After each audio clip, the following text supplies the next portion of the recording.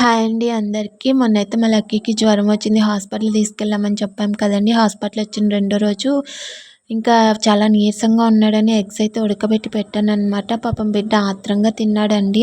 ఇప్పటి వరకు వాడిని తీసుకొచ్చి 2 మంత్స్ అవుతుంది. ఇప్పటి వరకు ఎగ్స్ అయితే పెట్టలేదు, పెట్టకూడదన్నారు. అయితే మొన్న డాక్టర్ అయితే పెట్టొచ్చన్నారు. సరే కొంచెం ఎనర్జీ వస్తది కదా అనేసి పెట్టాననమాట.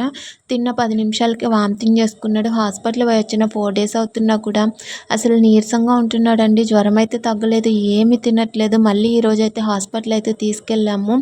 తీసుకెళ్తే అది ఏమీ తినట్లేదని చెప్తే అది యాసిడిటీ అనుకుంటా అనేసి చెప్పారు. ఇంకా ఈ మధ్య పప్పీస్‌కి జాండీస్ అనే వైరస్ స్ప్రెడ్ అవుతుందని చెప్పారు. కానీ దేవుడి దయ వల్ల ఆ సిమ్టమ్స్ అయితే మా లక్కీలో కనపడలేదండి.